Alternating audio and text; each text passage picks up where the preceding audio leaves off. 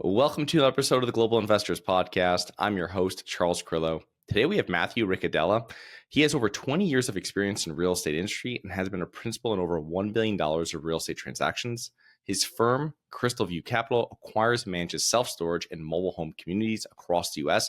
and currently has $500 million in assets under management. So Matthew, thank you so much for coming on the show today. Thanks for having me, Charles. I appreciate it. Excited to be here. Yeah, so please tell us about yourself, both personally and professionally, prior to getting involved with starting your current firm, Crystal View Capital.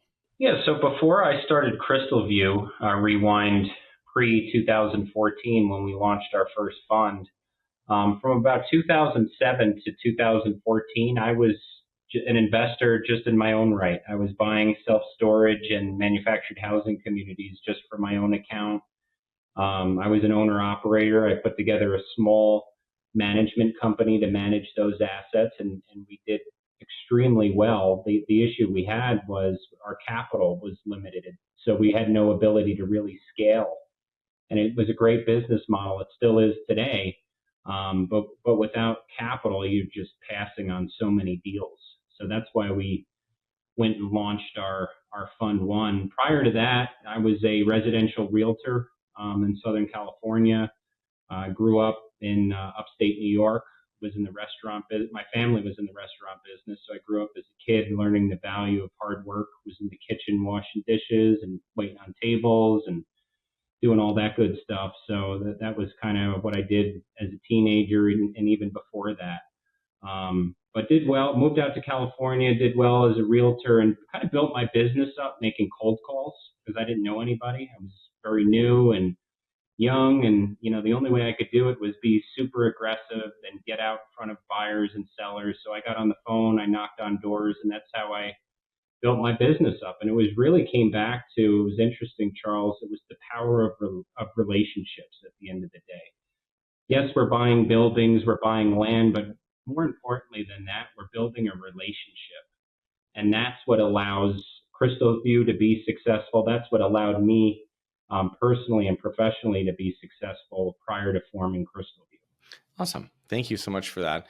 Can you break down what your kind of current company's investment strategy and criteria is and the different asset classes that you focus on? Yeah, right now it's two asset classes exclusively: mobile home communities and self-storage facilities is our core focus. And being involved with a number of different asset classes, especially from real residential to what you're doing now, how did you choose those two asset classes over? I mean, there's a dozen different real estate asset classes that you can really choose, let's say. Yeah, and I invested in all asset classes. I invested in multifamily, in office, in retail, industrial, and I gravitated back to these two property types. And the reason for that was several reasons. One, I found that the ownership profile was really ideal for what I was trying to accomplish. We're a hands-on owner-operator. We look to create value. We're a value-add player in the space. And if you're buying fully stabilized assets from an institutional owner that are fully, that are priced per the market, it's really difficult to make money in that type of scenario. However, if you're buying assets off market and there's a lot of operational inefficiencies there, and you've got the wherewithal and the competency and the systems in place to identify where they're underperforming, and you have the ability to pull out that value, create that value, and you're finding these deals off market, you can make a lot of money in this business. So for that reason, I found that self-storage and manufactured housing were really predominantly mom and pop owned and operated. It's very fragmented. Like if you get into office and industrial and retail, multifamily, got a lot of large players that dominate and own a big chunk of the overall asset class. That's not the case here. A lot of fragmentation, and that was why I really put my focus on these two asset classes and still do to this day. Yeah, I think when I was preparing for this episode, there's one kind of recurring theme that I found over the years. People that are doing funds with mobile homes and self-storage, off market is a huge part of their deal sourcing versus, like you just said, we have a lot of multifamily people on the show. And that's one thing where a lot of that is all brokers. It's like inverse. You know what I mean? It's completely inverse. And so when I was looking through for stuff for this episode, I saw that you acquire over 92% of your deals off market. I mean, is that where your firm is actively reaching out to owners, or are you what people would say off market, via brokers? Well, it'd be the combination of both.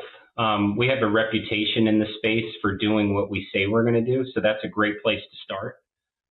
There's a lot of operators in this space that are less than scrupulous. There's a lot of operators that don't have the financial wherewithal to take assets down. And merely what they're doing is they're tying deals up, wasting time, trying to assign contracts, acting kind of like a quasi broker, if you will. So we've got a reputation in the brokerage community that our word is our bond. We execute. We've got capital. So a lot of brokers do bring us deal flow that's off market because they know in a lot of cases we're the best suitor. But more often than that, even we're reaching out. We have a team, Charles, of 9 full-time professionals, and they're reaching out directly to these owner operators and they're building relationships. They're going out there to visit them. They're having dinner with them, lunch with them, listening to their life story, understanding how hard they work to build this up. And we're relatable because we're their peer. It's not like we're approaching them, hey, I'm a salesperson here, but no, we're a fellow owner operator. And we're kind of, best practices are going back and forth. We're sharing ideas. It's a mastermind. And that process doesn't happen overnight. A lot of these relationships I've built for more than 10 years. So these people know that we're active. We have those relationships. And when it's time to sell, more times than not, they're going to reach out to me or somebody on my team. And that's how we're able to put these deals together. And these are fair prices. I mean, it's not like we're stealing these deals, but we're not competing at the same time. So it's really a win-win. We're interested in structuring win-win transactions, and that's the only. Yeah, when I've done cold outreach for multifamily properties, it takes a long time to build that rapport with the seller, and maybe they're not even ready. They're not even a seller yet. They're just an owner, but you are top of list when they do come to that realization that they're going to be selling this property. Absolutely, and especially when they know that you've got the ability to close, and you could work under their terms. Some sellers are tax motivated. We have specific tax strategies to meet those goals. Some want a quick close and they want all cash. We could do that. Each deal is a little bit differently. The trick is you need to structure it around what their motivation and what their goals are. Right. That brings me to my next question about the financing portion of it. What types of financing do you typically use to capitalize your properties? And you're saying that obviously every deal is a little different. I imagine some of these are seller financing, but do you also utilize a lot of for these asset classes? This is much more like local and community banks type of funding that you normally reach out and acquire? It's a combination. A lot of times it's all cash. What we do is we take deals down typically for cash. Then what we do is we have a revolving line of credit. In our Fund 4, we have a $50 million line of credit. In our Fund 3, we have a $75 million line of credit. So once we take a deal down, typically it's underperforming or non-performing in some way, shape, or form. So we don't want to put permanent debt on the deal. Otherwise, we're going to really have a super low loan to value on that deal. So what we want to do is maximize NOI first, then go out to, on the mobile home park side, Fannie and Freddie, which is our go-to debt financing source. And then on the storage side, it's the CMBS market. But during that interim period from the time we acquire it for cash and the time that we lock in that long-term fixed rate debt with either one of those debt sources, it typically sits on our revolving line of credit. Yeah, and I imagine that's something that a lot of your competitors, it's the first time I've heard that on doing so many of these episodes. So with an operator in those asset classes, I imagine that gives you a leg up on your competitors because they might not be able to bring cash to a deal, in that form.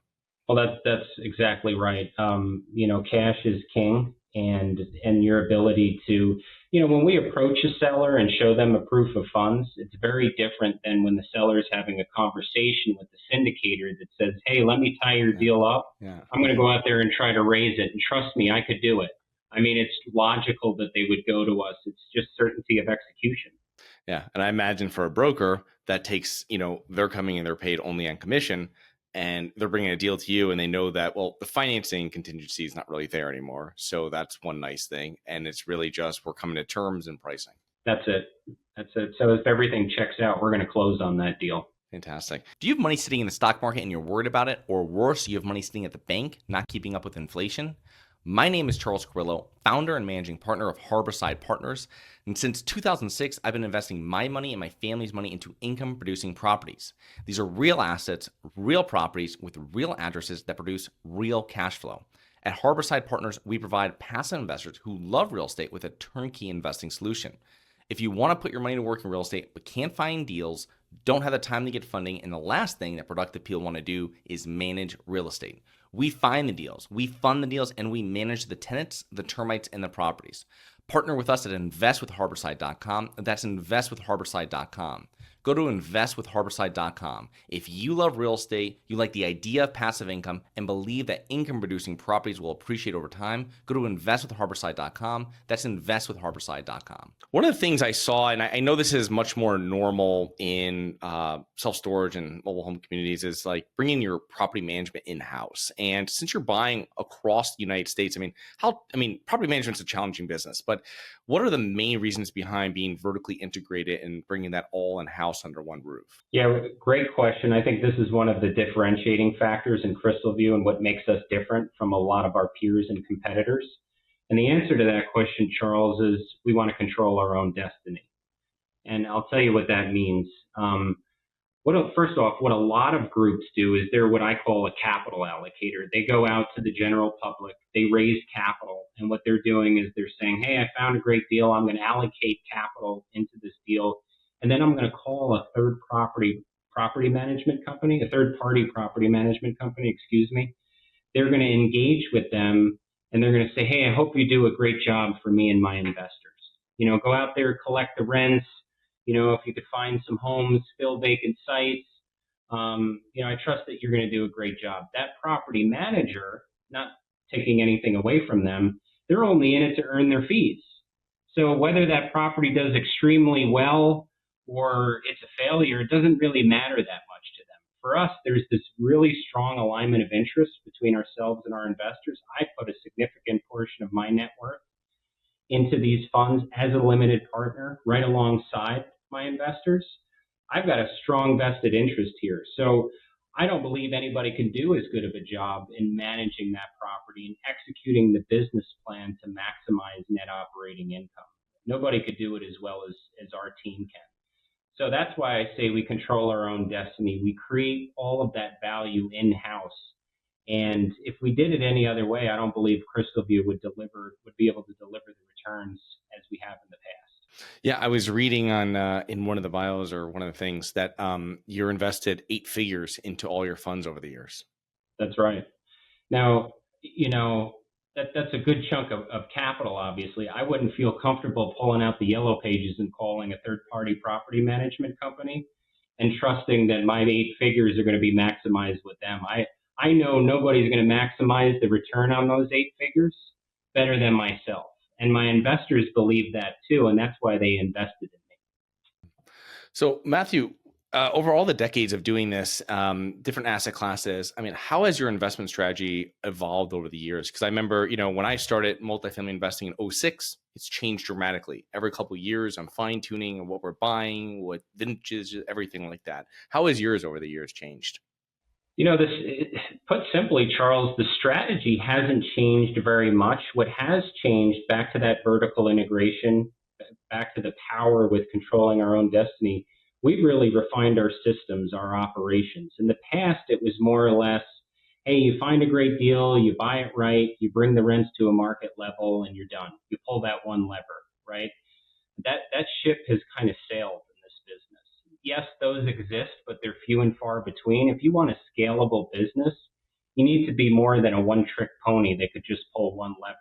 You need to be able to bring homes in and fill vacant sites. You need to be able to add more storage units. You need to have the ability to cut costs where you need to, sub-metering utilities as an example.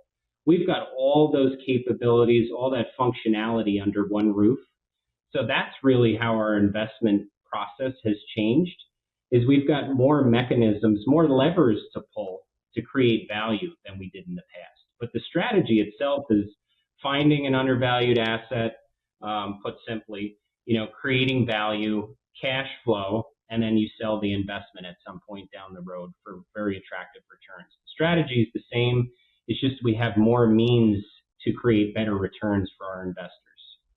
Yeah, that makes perfect sense because I'll get these emails from, general partners trying to pitch their deals and, syndicators. And, you'll see the same business plan in a lot of them in all different asset classes, you know what I mean, throughout commercial real estate. And so it's very interesting that you've added on additional, like you said, levers to pull for specific deals in order to really, push that value and really the NOI and everything for the properties. Absolutely. So one significant benefit when I see mobile home communities is really the lack of new supply. I mean, it's not really something that people want in their backyard. You really have like a moat around that business. One thing though that's different with self-storage though, I was reading that in 2023, construction for self-storage was like $6.9 billion or something, an all-time high, which is like 500 or 600 new complexes. So how has like this new supply for self-storage affected the industry and your different funds and investments? I'm going to say it's market specific, Charles.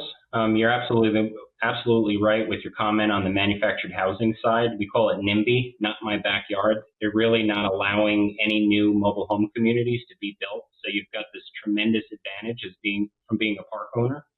You've got very limited or shrinking supply and exploding demand. So it's fantastic dynamic. On the storage side, you're also right you're looking at it broadly, right? So you've got all these new facilities being built. With that being said, we're really focusing on secondary and tertiary markets. A lot of those facilities aren't being built by mom and pops. They're being built by REITs, institutional capital, and private equity-backed developers. That capital wants to see new facilities built in your prime markets. Your New York City, your Los Angeles, your Dallas, you're down in South Florida. I'm sure you'd see these things popping up left and right down in my end. So that's kind of where that capital wants to be. And we're in some of these smaller, obscure markets. I could give you the names of the cities, like Missoula, Montana, as an example. We're in some small towns in Michigan, in Wisconsin, in Indiana, outside of Indianapolis, where you're just not seeing a lot of that new supply coming in. So those dynamics of limited supply and growing demand that you're getting on the manufactured housing side, you're still getting that on the storage if you're invested in the right markets. And for us, those are secondary and tertiary markets. Yeah, that makes perfect sense with the institutional money pushing it. Yeah, they're not going to be going into those markets. I never really thought of it like that. They're going to be pushing for your more prime markets. I imagine it's easier for them to justify putting up new complexes. That's absolutely correct. So over the years, how has your relationship towards money changed from starting as a broker, coming from New York to Southern California to where you are now with, I think you're 3 funds in or 4 funds in? Well, it's I guess from an investor standpoint is how you're asking, how it's changed? Yeah, just it could be personally or it could be professionally. Okay. Look, at this stage, I love what I do. And if I didn't, I'd probably go off and do something else, whether that's sitting on the beach or playing golf or doing something. But I find more joy and thrill in being with you here today as an example, or finding a great opportunity and creating value or inspiring a team. I find that I could be a lot more productive member of society doing those things versus some of the other things I mentioned before. But the way that relationship with money has changed is I'm really looking to compound that wealth, to do this at a larger scale and have a larger impact in society, to give back more.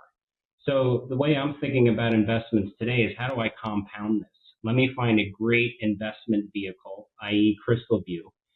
Let me go out there and execute, build a great team around myself, and then how do I continually reinvest, and kind of get this thing on automatic pilot so my gains and my wealth is compounding over time.